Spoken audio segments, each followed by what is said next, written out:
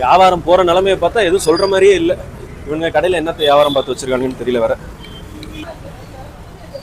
என்ன பண்றானுங்க? நம்ம கடை டெவலப்மெண்ட்டுக்காக எதுவும் ஹெவியா யோசிக்கிறானுங்களா?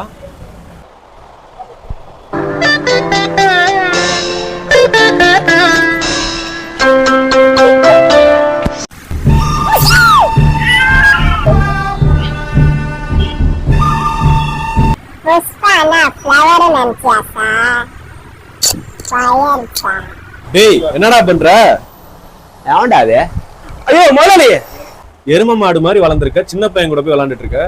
எதுக்கு உன்ட்ட கடையை கொடுத்தேன்? பொறுப்பா பார்த்து பண்ணானே உன்ட்ட கொடுத்தேன். இப்படி பண்ணிட்டு இருக்க?